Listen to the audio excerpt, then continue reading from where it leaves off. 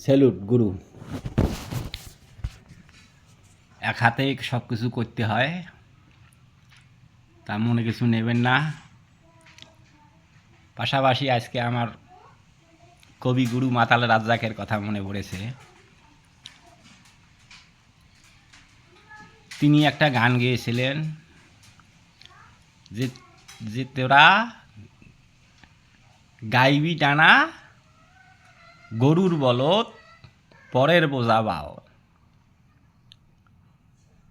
বেলা যে হেলাইয়া গেল ডাইন দিকে তাকাও।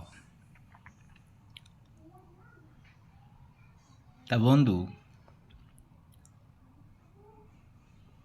তিনি আরও একটা বলেছেন, আর কি হবে সময় গেলে সত্য সনাতন। আর কি হবে সময় গেলে সত্য সনাতন, আর কবে হবে সাধুর দর্শন।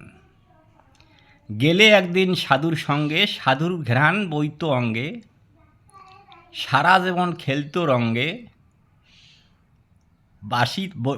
বাসিত বসন। তা বন্ধু, এই পাশাপাশি আমি শুনি ছোট ভাই আর বড় ভাই। আপনাদের কি জানা আছে সনাতন আগে সৃষ্টি হয়েছে না ইসলাম আগে সৃষ্টি হয়েছে? সনাতন আগে না ইসলাম আগে?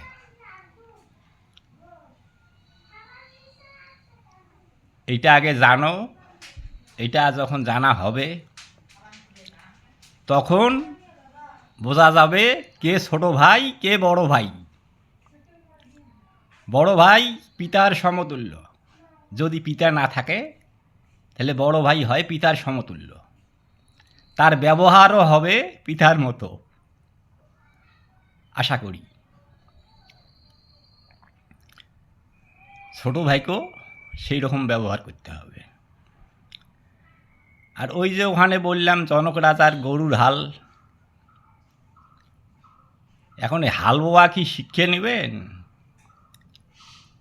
হাল বোয়া শিক্ষা কে দেবে? এটা ছাত্ররাই বলবে।